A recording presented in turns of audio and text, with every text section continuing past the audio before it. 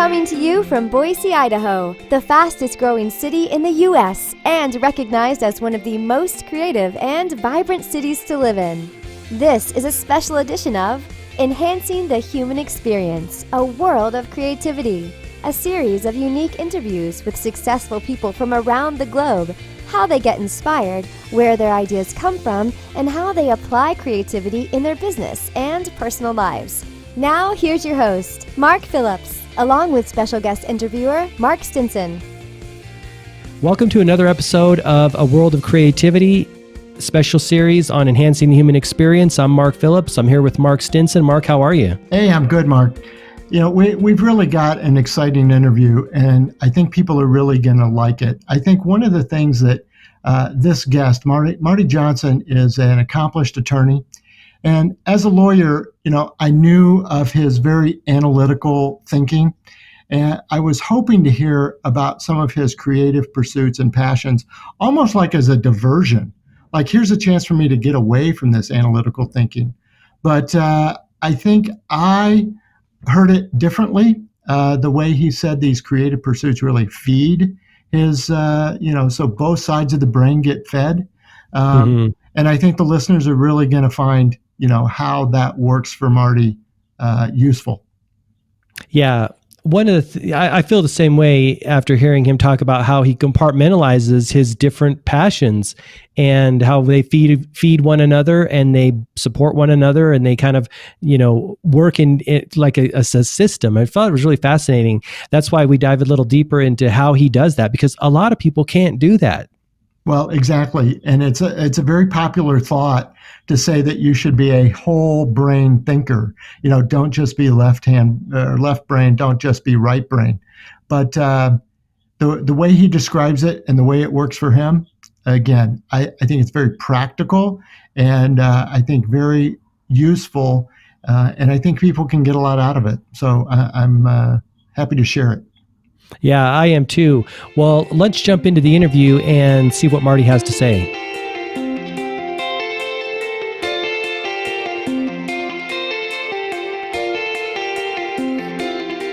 All right, welcome to another episode of Enhancing the Human Experience, a World of Creativity. I'm Mark Phillips. I'm here with Mark Stinson. Welcome, hey, Mark. How are you? Great. And we have with us Marty Johnson on the line here. Marty, how are you? Hi, good morning, gentlemen. Everything's great. Awesome. We're here in Shreveport. Where are you guys located this morning? We're in Boise, Idaho. In Boise. Okay, great. And you say you're in Shreveport. Yeah, we have a little more heat than you guys, and a lot more humidity. For sure. A lot more humidity, that's for sure. So, Mark, tell me how you know Marty. Yeah, well, Marty is an attorney now in Shreveport, but we go back all the way to high school days. And we had a lot of creative pursuits together. And in high school, creativity has a whole nother meaning, of course. Mm-hmm. But, I always thought, one way to really attract the girls in high school would be to learn how to play the guitar. Because then, the campfire songs, and they'd say, here, play a song for me and whatever. But Marty had to trump that and learned how to play the banjo. So the banjo was totally more cool and attractive to the chicks at that time. Oh, yeah, wow. I learned how to play the banjo just about as well as you learned how to play the guitar, which was... That is true. Neither of us were very good. Yeah. Isn't it kind of all about holding the banjo as 50% of the gig? Yeah, and a lot of it has to do, and I didn't realize this at the time, and this is what kept me from progressing any farther than I did, was it has to do with how you use your fingers that are on the neck to do what they call hammer the strings. And you're literally pressing down or very quickly on the strings on the neck at the same time you're picking with your other hands. And that's what makes it sound like you're playing so fast. Wow. Yeah. Mark, that was a long time ago. I'm digging way back into the vaults on these. Mark and I are both about pushing 60, and you're talking about half a century, a total between the two of us, a full century of experiences. And if you get us going, we'll be here until 9:00 tonight.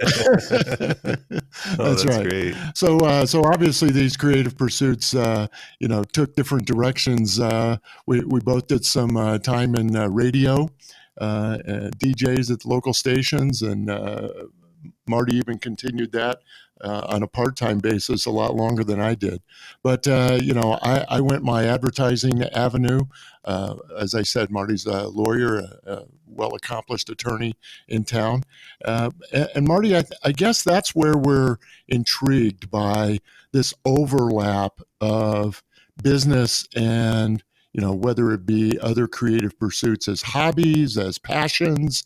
How do you leverage all of that creative energy and channel that into the various parts of what you're doing in life? Well, one of the things that I've always heard is that, try to focus on one thing, you'll get really good at it. And if you try to spread yourself out and attack a lot of different pursuits, you won't really get very good at any one of them. And I think uh, for some reason, my interests have been so varied going back to, childhood. Basically, my interest in radio was piqued by my grandfather, who was a ham radio operator, and it just absolutely blew my mind that you could talk over the air to somebody 10 states away. I just thought that was the coolest thing in the world.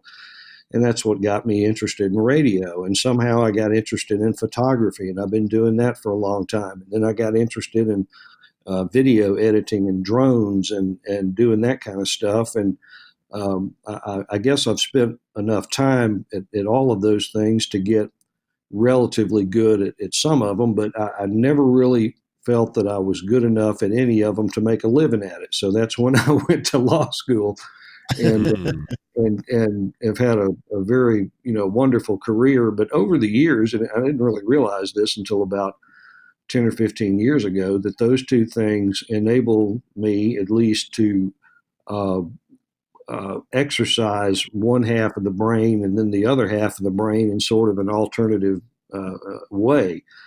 I can do something creative, take pictures, edit pictures, do things of that nature when I was doing, and then, go to work and spend time using that side of my brain that requires logic and critical thinking and analytical thinking. But it's the process of being, and I'm thankful to have the freedom to be able to do both. And it's sort of, for me, kind of a time of day thing. Certain times of the day I may have the creative streak going, and other times of the day I usually have the analytical streak going. But the key to keep both of them fresh, I think, is to alternate them and not spend too much time on one to the exclusion of the other. That's interesting, because I was wondering whether, you're saying one side feeds the other, but this idea of alternating, what do you think is happening in that creative side of the brain to, I guess, freshen it, keep the thinking fresh? Do Yeah, you I think think there's something chemical happening in there? What's the rush that you get from these creative sides? Well, there are actually, I think, studies on that. Some of the work worked on in cases involve people that have that claim to have brain injury from accidents, and I've had an opportunity to study up and learn a little bit on the different sectors of the brain, the different structures within the brain, and what part does what, and how they interact with one another. And a lot of that escapes me now because I guess I'm not working on it and haven't worked on it in a couple of months. But the gist of it is, I believe that it has to do with allowing one part to rest while the other part is working. When I'm doing analytical work associated with the practice of law, the creative side of the brain is having an opportunity to rest and recharge and rejuvenate for the next time I have, choose to call on it to do something. And for me, a lot of it is a time of day issue. I tend to be more, I can't really say whether it's more creative or analytical in the morning, but it's one or the other. If it's a weekend day, I tend to be creative in the morning. If it's a weekday when I'm at the office, it is definitely the analytical side, because I get the vast majority of my legal work done between 7:30 in the morning and 1:30 in the afternoon. And after that, I start to fade a little bit, and then the creative side will take over. When I go home in the evening, I may want to pull out some pictures that I shot at a wedding reception 2 months ago and tweak them a little bit, because that's one thing, kind of getting back to your original point in question, Mark, is that I find that if you're working on something of a creative nature, and you have been working on it for 30 minutes or an hour or 2 hours, eventually you get to a point where you're just blocked out and it doesn't work anymore. And I found myself editing, like I'll shoot some video with a drone, and I'll be gathering little clips from 5 or 6 locations taken over a course of a month or so, and I'm trying to get them put into a single cohesive piece of work that's about a minute and a half long that fits the attention span of most human beings. Mhm. And I'll work on it for a while, and after a while, you just think, man, this is just not working. This is just not happening. And then I'll step away from it and come back 3 days later, and bam, all of a sudden it hits you like, wow, this is how I envisioned it. And you just, go through it and complete it quickly after that. So I think a lot of it has to do with time of day, how much time you've spent focusing on one thing, getting away from it, and then coming back to it later and seeing it in a completely different light and being able to complete whatever project it was and have it come out the way you saw it in your head. Mm-hmm. And it sounds like you're able to compartmentalize, those activities. In other words, you're not overanalyzing the editing, or you're not overanalyzing the choices of photographs or something. And maybe on the analytical side, you're not over creating or making up data or facts, Yeah. in case. Yeah, So it sounds like you're able to segment those things. Yeah, and it's a clarity of thought kind of issue when, after I've been doing something, involved with a creative pursuit for a period of time, I'm better able to sit down in front of a computer or with a book or some briefs or papers in front of me, and clearly think as to how those pieces fit together in a more empirical and objective way. So it's two completely different processes. I guess there's some cognitive overlap between the two, but they still have, more often than not, more distinct features than they have in common. Mm-hmm. Mhm. And I guess one feeding the other. Do you find that your analyses, you were saying, hey, we're going to go to the brief, I'm going to look at the case, I'm going to look at the facts of the case. Is your creative interpretation of the case more enlightened, more, I guess, informed by the creative side, and you go, I got some light bulbs going on here?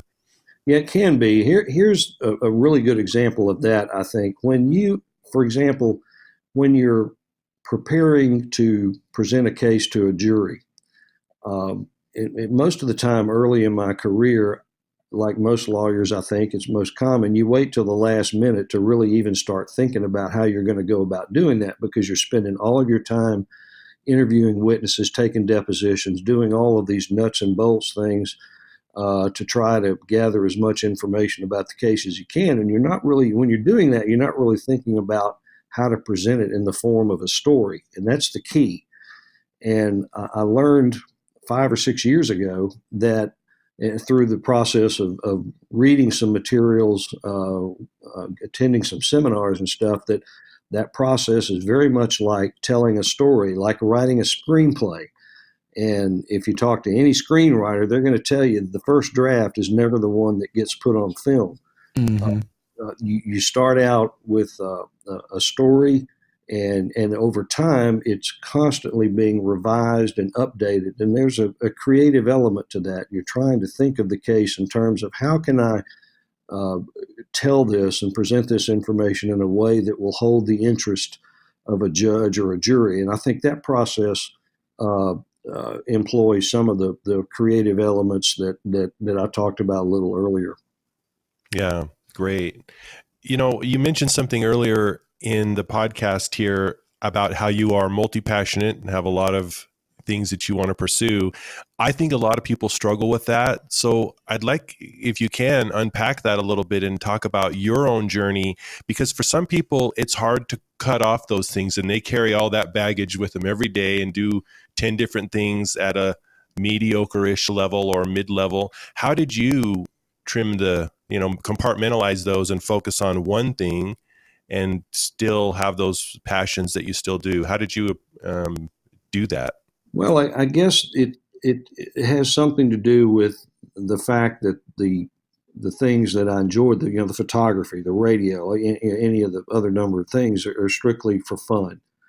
And I don't have to rely on them. I hope to someday. I hope that someday I can step away from the law practice in 5 or 10 years, and if I'm still healthy enough, still be able to engage in some of those creative pursuits. And it's sort of the side hustle that you hear so much talked about today to earn a little income. But the interest in photography, I'm not sure where it came from. I started about 40 years ago shooting film, had a dark room, and Mark probably remembers the dark room. And my parents, The dark room, boy, that is coming back.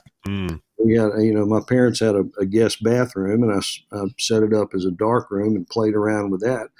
And had a little overlap with the radio. One of my boss at the radio station I worked at, Howard Clark, was a very well-known national guy, programmer, famous disc jockey, worked all over the country back in the 60s and 70s. And he was a photography nut.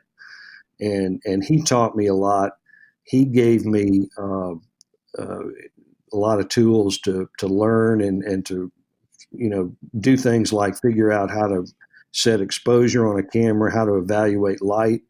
And again, this is getting into the process of some of that kind of stuff, Mark. But one of the interesting things he gave me was insight on how to study what other people do. Like, he was a big Ansel Adams fanatic. And he said, look, there are 3 books Ansel Adams wrote about photography. One's about the camera, one's about the negative, and one's about the print. He said, you got to read those 3 books. And I did, and it was fascinating. They're not easy reads. They're like reading a physics textbook, but you really take a lot from that. And I don't know how I've been able to, I guess to some extent, not, the ability to jump from one thing to another. I'm not sure where that comes from. I'm not even sure that's any good. That's a good thing, but I think you mentioned, Mark, the struggle that some people have. Were you kind of talking about someone being in a position to say, "Hey, I'm a photographer. I like photography. I want to get better, but I can't get that much better. How do I do that, or do I move on to something else?" Is that what you were kind of asking about? Yeah, just referring to, multi-passionate people. I meet a lot of people in the world, and they've got, a lot of passions that they do all at the same level, instead of kind of making one the forefront or in a business endeavor like the law practice. And that's what I was curious about, is you seem to have compartmentalized those very effectively so that you can have, success in your business, but also, have creative pursuits as well. I know that some creative people, they struggle with that, and they just do all the things at an equal level instead of kind of, putting them in a hierarchy. And Well, it seems maybe, like you're maybe to successful. add to that, are you meaning too that some people don't focus? Yeah. In other words, they're not pursuing really a lot of things equally. They're pursuing a lot of things inattentively. Yeah. And And Marty, you like, mentioned that too. Yeah. And that was great, Marty, where you said, focus on one thing. I think that sums it up. And that seems to be a beneficial strength that you have. Yeah, but I can only focus on one thing for a fairly limited amount of time. I think some of it may be a little ADD, but moving from one thing to the other, there's just a certain universe of things that have always fascinated me throughout life, and photography is one, radio is another, anything electronics, basically computers. My parents are 85 years old. They have satellite TV and voice-only cell phones, and that's the extent of their technology. They don't have text or anything. So I didn't get that genetically from either one of them. I don't think, but I think it does probably come a lot from my grandfather, who was a real gadget freak. But it's so much of it, I think, is just a matter of time. And again, going back to that original point, time and time of day. When is the time of day when the creative juices are flowing, so to speak? And frankly, I don't really have a lot of control over that, and I can't explain that. It kind of comes and goes. And but the one thing about the process that seems to fascinate me quite a bit is the effect of how stepping away from something and coming back to it later clarifies your original vision of what you wanted to do. And I think that applies across the board. That applies to some of my legal work. I'll be working on a brief and I'll get to be, after about an hour and a half, I just develop writer's block and it's just not working anymore. If I go work on something else and come back to it a day, maybe 2 weeks later, all of a sudden it clicks and you're able to complete it and have it turn out in a way that is as you originally envisioned that. And I don't have any explanation for that or how or why that happens, but as far as practical advice or something of that nature, I find it does help that if you get to that point where you are blocked, step away. By all means, they say that I've heard guys that shoot weddings for a living, for example, photographers say that when you get back from the wedding, do not begin to try to edit those photos that night or even the day after. Wait 3 or 4 days until you've worked on something else, come back to that project, and you'll have much better ability to have it come out the way you originally envisioned it. And that works. Sometimes if I'm shooting, we have a lot of Mardi Gras events here in Shreveport, and I take a lot of pictures at those, and I come home that night. Sometimes I'll usually stay up like 3 o'clock in the morning because I'm so excited about them and I want to see what they're going to look like. But invariably, I will get bogged down, can't get them to come out the way I want to, go to bed, then, the next day or even 2 or 3 days later, come back to them and see them in a completely different light and visualize a completely different way of manipulating or editing them and making them try to come out like I want. The end result after that process of doing it, stepping away and coming back results in a finished product that's much more like what I originally saw in my head. Well, let's pick it up on mentors.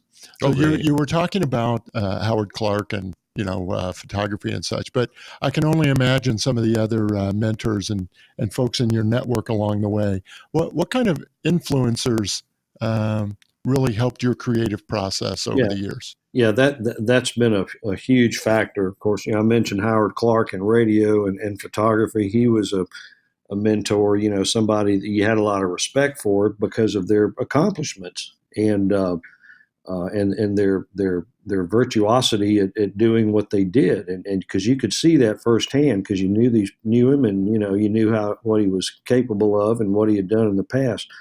I've had mentors in the legal profession. Charles Sally, who was the senior partner at our firm, who is retired, was a major mentor to me in the legal business. When you go to law school, they teach you what the law is, but they don't teach you a whole lot about how to practice it.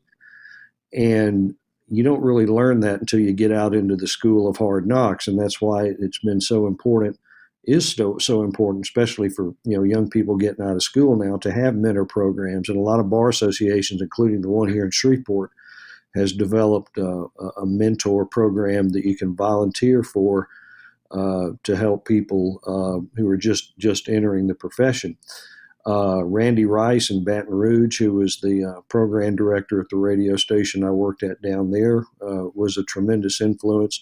And another thing, Mark, the thing we used to do a lot of, we spent a lot of time listening to air checks.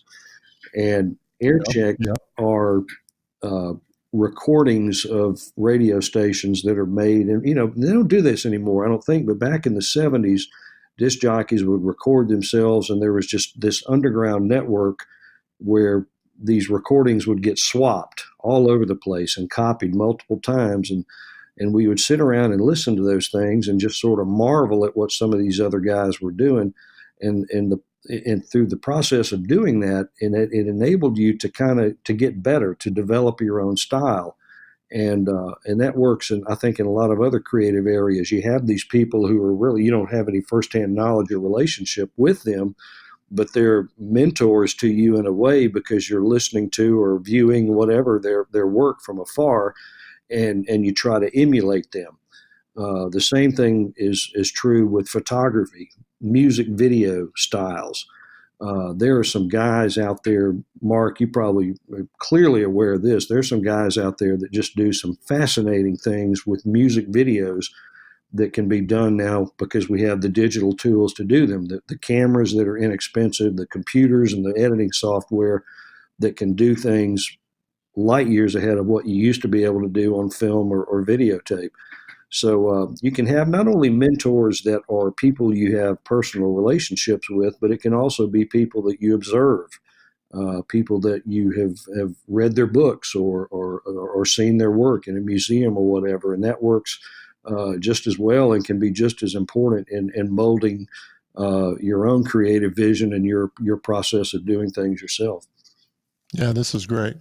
Well, as we wrap up, Marty, I couldn't help but think about the longevity of the creative process, and let's dive back into radio and music. But so the Rolling Stones are on their like 119th tour or whatever. They just opened up in Chicago. What accounts for Mick Jagger at 77 years old having heart surgery and then going out on the stage at Chicago's Soldier Field? How long can a creative brain last? Oh man, that's a great question. And I've never seen the Rolling Stones, and my wife told me about 3 days ago we're going to see them in New Orleans at the end of next month. And with another friend of mine, we're both having 60th birthdays within a few months of each other, and so we thought it would be appropriate to go see the oldest rock band in the world. Yes. But the thing about that is somehow you if you can cultivate, either it comes naturally or I don't know, maybe it comes from just the process of being engaged with things that are artistic in nature. You can kind of cultivate an ability to continue to learn and appreciate new things. For example, going back to Howard Clark. Howard Clark used to always say it didn't matter what kind of music was, he could appreciate a hit, whether it was country, rock, whatever. And I can find myself listening to rap music with my 22-year-old daughter and kind of getting into it because I can appreciate it. Because a lot of it has, there are forms of music out there that would probably seem irritating to most people our age, Mark and I's age, but I find it enjoyable because it has a lot of it is very musically complex, and I just find it interesting. So, as time goes by, as things change, if you can somehow just remain interested in it, and I think the best way to do that is just to keep exposing yourself to it. If you cut yourself off from it completely, I think you'll clearly lose interest in it. But I continue to be fascinated by popular culture, the things that mold popular culture, the artistic trends that occur over time. For some reason, that just continues to be fascinating to me. And I think the reason for that is just that I continue to expose myself to it. I haven't locked myself off from it for whatever reason. I can't really explain why that is. But every time somebody comes out with a new form of music, I at least want to, sample it and see. I remember when dubstep came out. You remember that, Mark? I mean, I think dubstep's a little bit passe now. Maybe it's not, but I remember you had artists like Skrillex, and I don't know who some of these others were. My daughter's listening to that, and I said, that is the craziest junk I've ever heard in the world. But the more I listen to it, it's fascinating music. It really is. And so I think somehow, if you can just continue to be exposed to it, you'll remain interested in it if you have, interest in it in the first place. And that certainly applies to music and applies to literature, books, just about any kind of form of artistic expression. That's a great point, Marty. And one thing I'm curious to get your take on is, do you think that people are innately creative and want to create, or is it something that has to be, or want to be inspired, or is it something that has to be kind of maybe primed at the beginning? It sounds like you're a very you're into a lot of things. You're very inquisitive and curious individual. Do you think that is born in people, or do you think you've kind of nurtured that over the years? What's your take on that? Well, I think you have to have a propensity for that at the outset. I think you have to be of a personality type to have interest in that. But the other thing is, and this sort of dovetails with my legal education. When you go to law school, I mentioned earlier that they teach you the law, but they don't teach you how to practice it. the process of a legal education requires you to figure out things for yourself. When you are in grade school, high school, college, a lot of the material is kind of spoon-fed to you, and all you have to do is regurgitate the facts in an accurate way to get a good grade. Legal education is completely different, and all you're doing is reading volumes and volumes of material over and over and over and over, and just tons. I mean, the amount of reading they assign to you is just staggering, and there's no way you can do it all, but that's the point. The point is to teach you how to cull through all that material and figure out for yourself what is important and what's not. And over time, you kind of cultivate the ability to do that. And I think that going through that process sort of boosted or perpetuated my natural inquisitive nature. Because even today, I may, this afternoon, I may get a new case in that involves some widget that's used in the oil field in oil and gas drilling and I've never heard of before. In order to deal with that, I've got to figure all that out myself. Nobody's going to teach it to me. And I think that's true of every lawyer that's ever passed the bar and appeared in a courtroom. And I think that that component of doing what I do for a living probably helps keep alive the interest and the spark of creativity and the interest of things that are artistic and staying open-minded about accepting and embracing new forms of art and new forms of expression. Great. That's awesome. Well, Marty, we really want to thank you for spending time with us today and sharing your creative endeavors and your experience with us. That's great. Thank you, guys. And we need to have another one with Mark and I telling war stories about radio days. And oh my gosh, that would be fun. I don't know if anyone else wants to listen to that. So maybe we'll spare the subscribers. But what's interesting about it is how much it's changed and how different it is today than it was before. And the story of how it got from point A to point B is really interesting and fascinating. So if you guys ever want to, if there's ever a need for a discussion of that nature, Mark and I can probably talk your ears off on that too. Well, and when you were talking about, what'd you call them? Cut tapes, cut reels? Air checks. Air checks. Air checks. Yes. So that is things that were not published or were not They were like behind samples. the scenes. They were like samples. Oh, is that what they were? So a DJ would, record it's funny because we laugh at it now, and Jenny is always making fun of me, even when I listen to him today, that you're taking only the talking and the commercials, all the things that everyone else doesn't want to hear. And you're saying, let's make a tape of nothing but the talking and the commercials.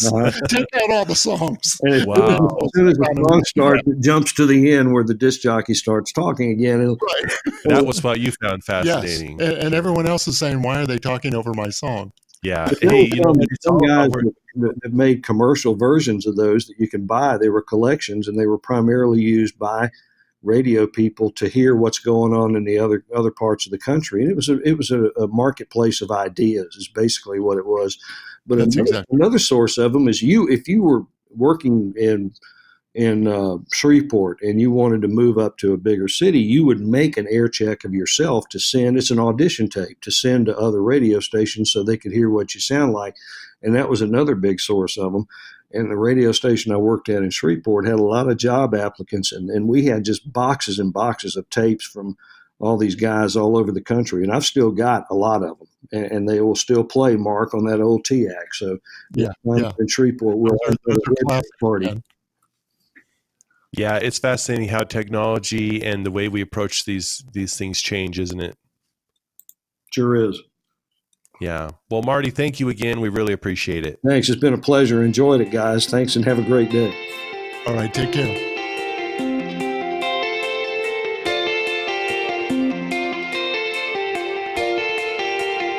All right. Well, that was Marty Johnson talking about how he approaches creativity, some of the ways he, gets insights and some of his creative endeavors that feed off one another. What'd you think, Mark? Well, I thought it was terrific. I learned a lot. And I knew Marty, but I learned about the way he doesn't just use his creative pursuits to get away from work, or to turn off work, but rather how the creative passions actually feed the other side of his brain to be a better analytical thinker. So rather than saying, I need to get away, it's rather like he describes it as compartmentalize, where you can give focused time to both. When I'm at work, I'm at work. When I'm doing creative things, I'm doing creative things, and I'm not trying to, mix and match. Yeah. One of the things that stood out to me, and I think we talked about this the other day, is how he makes it a point to focus on one thing. On the micro and the macro level, even when he was deciding what to do with his life, what career to get into, he had all these passions still, but he focused on going to law school and becoming a lawyer, and then still nurturing those other passions on the side. I think it's challenging for some people to let go of some of their passions and maybe put one in the point lead. Marty doesn't seem to have a problem doing that, and it seems to have served him very well. No, I think you're absolutely right. I think the other thing is I come away from this interview wanting to try new things, to read something different, to listen to a different radio station, whatever the case is, to stay current, to stay fresh, not to stay in a rut.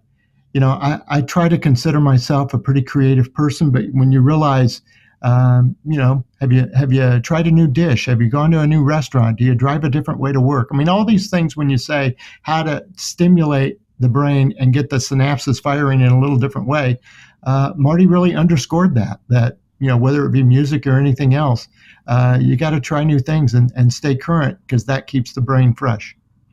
Yeah, I totally agree. Well, this was another great episode, and we'll sign off at that point in time, and stay tuned for another episode of A World of Creativity, special series on enhancing the human experience. Mark, any last words? No, this is fantastic. I can't wait for the next one. Me too. All right. We'll see you later. Bye now. Bye-bye.